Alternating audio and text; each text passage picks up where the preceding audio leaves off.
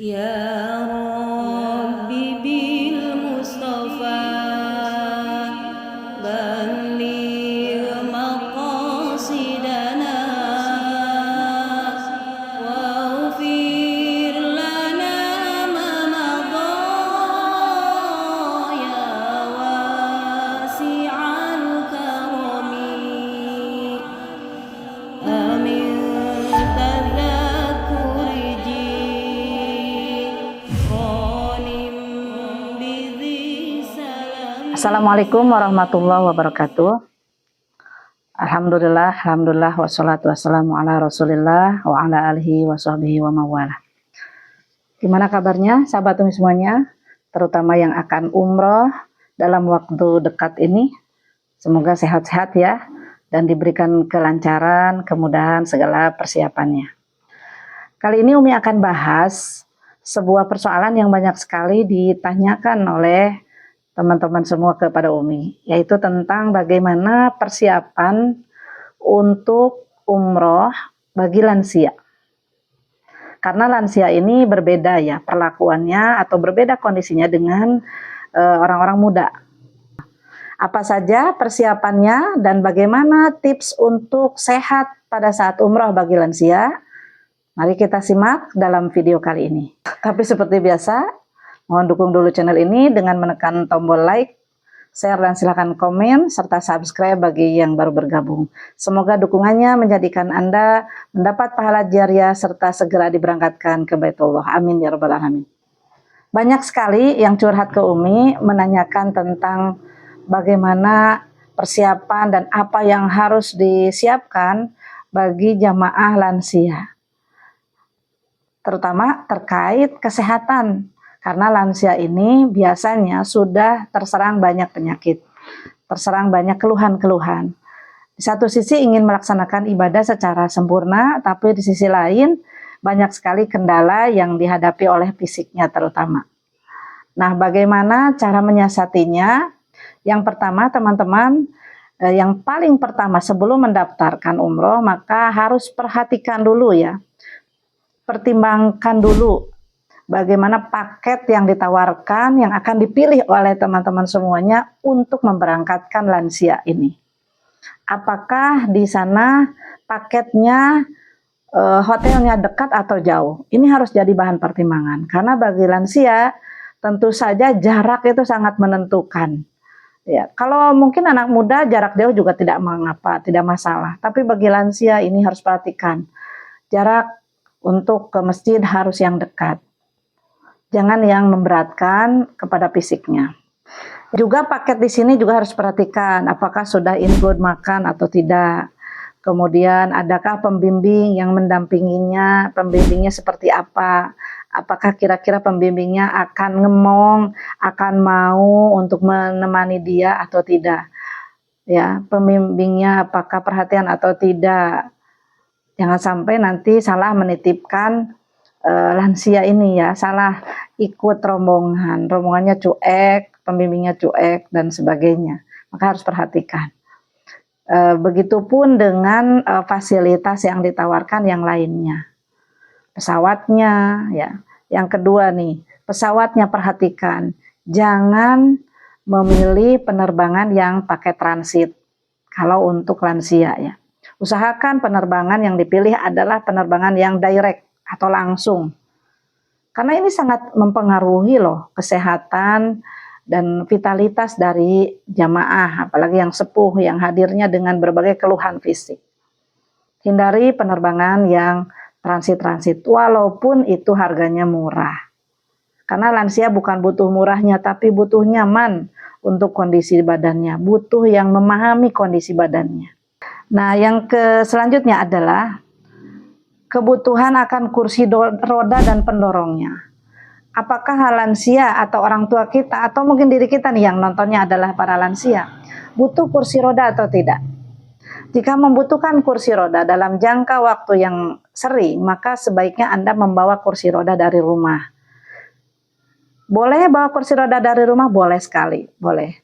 Daripada nanti di sana harus sering-sering sewa, apalagi stoknya juga rebutan dan mahal, mending bawa dari rumah. Itu nanti bisa dibicarakan, ngobrol saja ke pihak travelnya, saya akan bawa kursi roda. Begitupun dengan pendorongnya, ya. Apakah Anda akan ditemani oleh pendorong kalau misalkan nanti bawa kursi roda nih, kebutuhannya memang harus berkursi roda. Pastikan ada yang mau dorong nanti.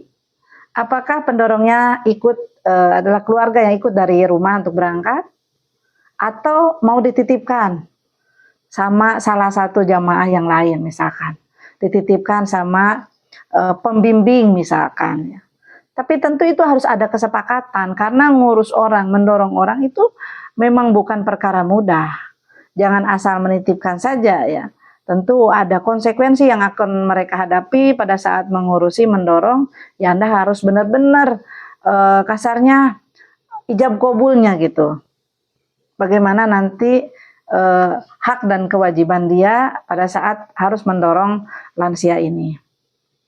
Tapi saran Umi bagusnya bagi lansia atau mereka yang sudah memiliki keluhan itu sebaiknya ditemani sama keluarga yang dari rumah, anak sendiri, mantu sendiri, ya, yang tidak akan merasa canggung, tidak akan merasa terbebani, ya, karena memang itu kewajibannya. Kemudian selanjutnya, rincilah kebutuhan barang-barang penting dari jamaah lansia ini. Rinci apa yang harus dibawa, misalkan perlengkapan pribadinya, celananya, popoknya, kalau perlu pakai popok, ya. Karena kemarin juga ada yang curhat ke Umi saya suka tidak tahan saat pengen pipis, bolehkah pakai popok? Boleh, ya. Boleh pakai popok, tapi tentu saja pada saat beribadah dipastikan popok Anda masih bersih. Jangan penuh dengan air kencing, dipakai sholat, dipakai tawaf, ya. Jadi popok ini hanya antisipasi pada saat kita dalam perjalanan. Takut kita dalam perjalanan, misalkan dalam pesawat tidak bisa buru-buru ke toilet sementara pengen pipis sudah nggak kuat. Nah, itu antisipasi. Tapi pada saat kita sholat, pada saat tawaf, pastikan walaupun pakai popok, popoknya masih steril, belum dikencingi, ya. Seperti itu. Dan rincilah barang bawaan yang lainnya juga, misalkan mau bawa jaket, baju hangat, mau bawa termos, ya, boleh, ya, bawa termos tumbler kecil, boleh dibawa ke sana, dan hal-hal lain, ya, dirinci barang bawaan pentingnya. Kemudian yang selanjutnya adalah latihan ringan jauh-jauh hari sebelum berangkat. Nah, ini biasanya yang malas dilakukan. Pada saat akan berangkat, jarang yang mau bersiap-siap dengan latihan. Walaupun misalkan lansia ini akan berangkat dengan kursi roda, tetap aja harus latihan jalan, latihan untuk, ya, menggerakkan badannya supaya nanti di sana tidak kaget. Karena walaupun didorong, tetap dia butuh stamina, butuh fisik yang kuat. Godaan di sana itu, atau bukan godaan, gangguan di sana itu bukan hanya karena jalan kaki, tapi juga karena faktor cuaca. Faktor cuaca, faktor mobilitas, kelelahan, faktor makanan, dan lain sebagainya. Sehingga vitalitas tubuh itu dibutuhkan bukan hanya karena jalan atau tidak jalan. Jadi lakukan latihan ringan setiap pagi kalau bisa, minimal 1 bulan sebelum berangkat. Kemudian rencanakan mobilisasi selama di sana dan pendampingnya. Maksudnya, jadi rencanakan Anda tuh nanti misalkan kalau di sana sepakati ke masjidnya di jadwal sholat apa sampai sholat apa, ya. Jadi terus misalkan city tour mau ikut atau tidak, ya. Terus kalau misalkan mau belanja kapan, itu juga direncanakan. Bersama siapa kalau ke masjid. Mantap. Salah. Makanya Umi tadi sarankan kalau bisa didampingi dengan keluarga terdekat dan satu jenis kelamin. Jadi kalau balikan dulu. Makanya saran Umi, lansia ini didampingi oleh keluarga dekat yang satu jenis kelamin. Kalau laki-laki dengan laki-laki, kalau perempuan dampingi oleh perempuan juga. Biar apa? Biar benar-benar intens kebersamaannya. Karena pada saat nanti ke masjid, saf sholatnya laki-laki terpisah dengan perempuan. Nanti kalau pendorongnya beda kelamin itu tetap akan terpisah. Khawatirnya seperti itu. Makanya lebih baik kalau lansia Anda ibunya misalkan, maka dampingi sama anak perempuan. Kalau lansianya laki-laki, dampingi sama anak laki-laki. Seperti itu. Kemudian yang selanjutnya adalah tentang dokumen. Dokumen penting kemas secara terpisah. Nah, ini kalau bawa dokumen, paspor, kemudian misalkan bawa uang, hal-hal penting, maka ditertibkanlah, dipisahkan dari pakaian, dari makanan. Karena lansia ini memang biasanya juga ingatannya itu mudah sekali lupa. Mudah lupa dengan apa yang disimpan di mana. Maka itu harus ditertibkan oleh anak-anaknya sebelum berangkat. Di sini Pak menyimpan paspor, di sini Pak menyimpan misalkan uang, di sini perlengkapan, di sini obat. Nah, itu harus ditertibkan secara terpisah-pisah ya. Tapi kalau di jamaah umi biasanya paspor itu langsung dikumpulkan sih sama pembimbing ya, biar tidak hilang. Nah, sementara tips agar sehatnya ya,